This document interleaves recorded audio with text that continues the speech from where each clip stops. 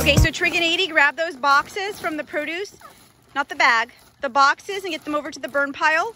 And then Knox, I need you to take those 2 bags of nasty stuff that we couldn't feed the pigs and take them down to the road for garbage for tomorrow morning. You able to get that?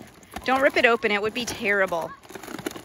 You know what I would do is take that basket off and then use the bungee and bungee it just on the rack. One on the front, one on the back. Do you want help?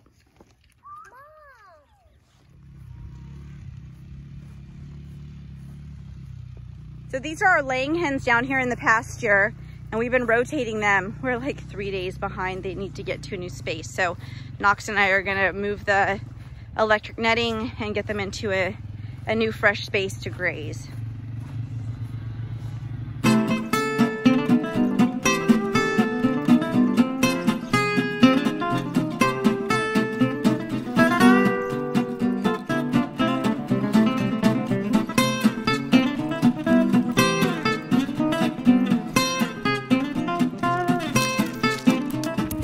So take that bucket back up, and then before we refill it, we have to calculate the new amount since we have less chickens. So don't refill it yet, just rinse it for me, please.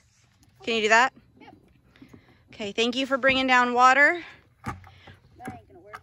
The hard part right now is we used to have our water up in this corner because there's 4 paddocks in this pasture that we rotate through, and we would just fill the chickens' water out of the trough, but now the trough is up in the other pasture. So we're gonna have to haul water down here.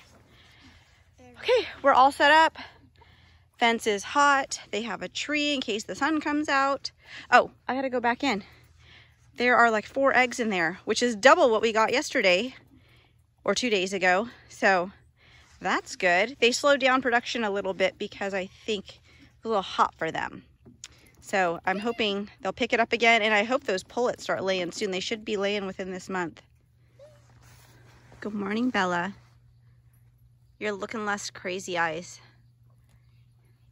but you're still gonna probably go to a new home. So this is Cedar. He's one of our steers, and that is Ferdinand, our other steer. As you can see, they're not looking so big. They're 18 months, and we thought for sure they'd be going to the butcher this fall. They were on date for mid-October, and we're gonna have to push them out till I think March. They're not growing the way that I thought. These are not your typical like, oh, Herefords or like an Angus that grow out faster. They definitely grow smaller, but I figured 18 months would be fine, and I was obviously wrong. They need like 24 months, and especially because we don't have them on grain. They are 100% grass-fed. So we will reschedule them to March for a butcher date. And Bella, she's up for sale. She is a great mom. This is her 3rd calf, Bo, and she does great. She just is a little skittish, and I would love to have another... she doesn't have to be halter broke, but something a little calmer that I can, you know, use a lead line on and get them to places that I want them to go. She's just a little more difficult to handle than Miss Clover out there. She's sweet. She's got her halter on, and all I have to do is shake some grain, and she'll come into the barn where we, hopefully soon, I'm gonna have a video of us attempting to milk her. I've tried it once, did not go so well, and I'll show you why. Okay, we are in our 2nd stall in our barn, which is the milking stall, or will be a milking stall. So Matt built me out this, we had this great idea. We were going to do this swing gate. So he did an awesome job. It's super sturdy. It's on these nice big hinges. We had this rubber bucket that the height was great. We just hung it over the edge here. So the first, or this, you know, little half wall. The first time I tried to bring Clover in, she got into the stall. She did great. There was grain in the bucket. She was excited about that. This wasn't attached, though. It didn't have this bracing. So she stuck her head in the bucket and pulled it down onto the floor. And so I was like, okay, that's not going to work. And originally we had this cross tie right here, and then we had one other. The problem was that I could get the cross tie clipped onto her halter, but when I wanted to get her out, she was so ready to leave that I could not get my hand up and under to unclip it without fear of getting stuck with her horn. So that was out. So then Matt built out kind of this platform to set the bucket into. It's nice and sturdy. And he then, and before we didn't have this gate. So then he builds this awesome swing gate. Oh my God. And it swings deep in, and he has this, you know, braid. And originally we actually didn't have this. We thought this would just be fine. It's a little higher than her hip level, but we thought it would be fine. And then brought her in and decided, no, we needed to add this bar. So great, we add this bar, we bring her in. I get this hooked on, and originally it was straight on. And a friend who has a larger stanchion, she showed me that if you kind of squeeze them a little bit, it'll hold them from moving around too much. So we shortened this rope, so then and I haven't tried it with her yet, but so that I can kind of squeeze her in. However, the last time she was in, she did great. I'm trying to milk her. However, my milk machine was on the fritz. I could not get it to seal. I got that all figured out. But she's eating her grain. She's happy as can be. And then she decides she's going to go. She goes to back up, but this rope right here is clasped.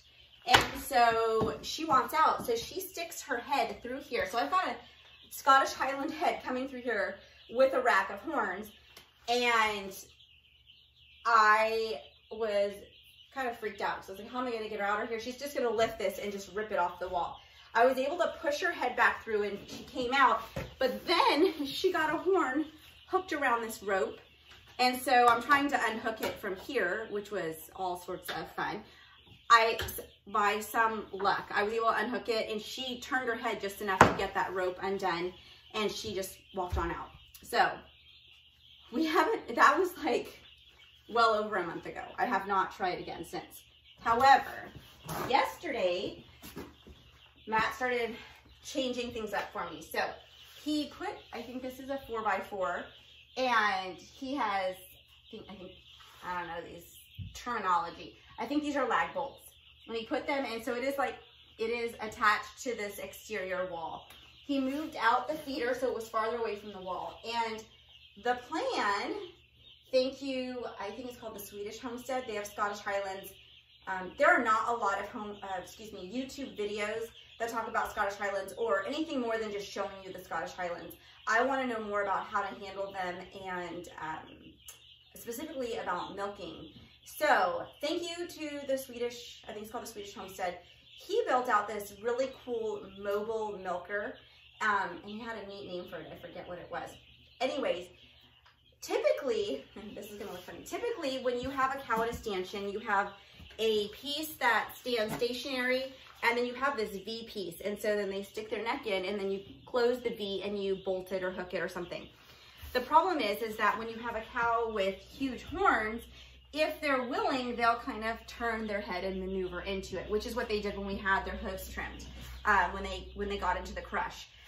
But I don't want to mess with that. So I'm gonna take notes from the Swedish Homestead to make, or Matt is gonna take notes because I don't build. I mean, he is super handy. So he does the structural, I do the care of the animals. It works out really well. On the Swedish Homestead, what they did was, it looked more like a T. So they built out these pieces that come straight up, and then the cow is able to slip her head down those pieces. And then it's hard to show you, but when we do a video of actually getting Clover in here to milk, it'll make a lot more sense. So there are two pieces that come up, that come out to that T. She slips her head down into it to feed, and then you have a piece that comes up over the top to close. So rather than it coming like a V like this, she slips her head down into it and it closes over the top. It would be like the top of your neck right here if you were looking down, to hold her in. And then that will be the main piece to actually keep her in the milking area. Then this will close, you can see now, it'll close as tight as I can on her body to keep her compressed in here, so she's not going to want to back up, because the more compressed you have her at her butt, she will feel like she can back up. So that is that on this milking area. I'm hoping like in the next few days that we can get this done. I really want to get her milking. Her calf is 3 months old, so her milk supply is already dropped. I don't expect copious supplies of milk like a Guernsey or a Jersey getting, 4 gallons a day. A gallon a day would be super nice. That would be plenty for us to drink and yogurt and be able to skim the cream for ice cream and butter. I'm gonna try my hand at sour cream. I tried it a week ago and it was a total disaster. It was a flop. So I'm gonna try sour cream again. But I feel like about a gallon a day would be absolutely fine for what we would need just for our family.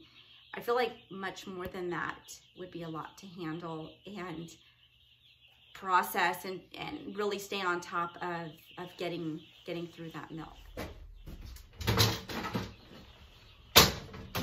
Okay, I have my handy kitchen scale out here and I have subtracted the weight of this bucket. I have to recalculate feed for the chickens and geese.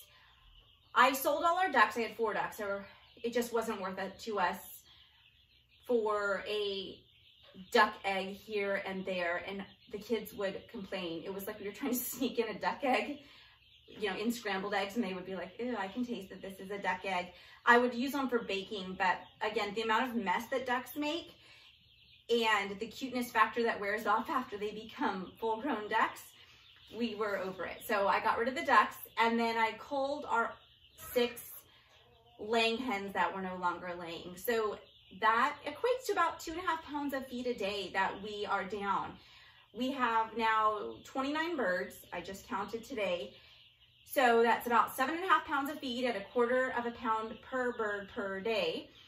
So we're recalculating. So 7.5 pounds of feed, we save about 25% when we ferment. So I am going to calculate out 6 pounds of feed per day to feed these birds. And then we'll kind of adjust that. If we're seeing that they're laying, especially for the chickens, is down, then we can increase. But we're giving them a lot of greens, especially the things that are coming from the garden. So they're getting a lot extra right now. I would be more concerned in the winter time.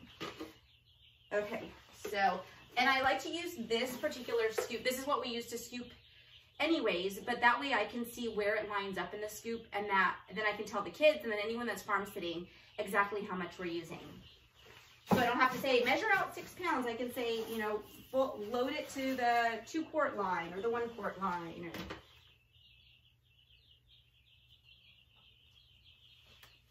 Yeah, so I think that like absolutely full scoop, I'm not dropping any of this. Yep. So when I tell my kids to come out, it's going to be like 100% full. This is already full of water. I'll add that feed in there. That was pretty easy. So if you have questions on measuring out feed for chickens or fermenting for chickens, please leave a comment below and I'm happy to answer that. So that's it. Done with morning chores. Now it's time to get inside and take care of the craziness inside, and then it's supposed to be a pretty cool day out. I'm warm right now. I keep trying to decide, do I want to take this off, put it on? It's a little bit rainy. But because it's cool out, I think I'm gonna go work in the garden today, do some weeding, and trim my tomato starts, trim my peppers, and yeah, that's about it. So I hope everyone has a good day. Thanks for joining us again, and just learning alongside us, because we surely don't know what we're doing. We're just figuring it out as we go.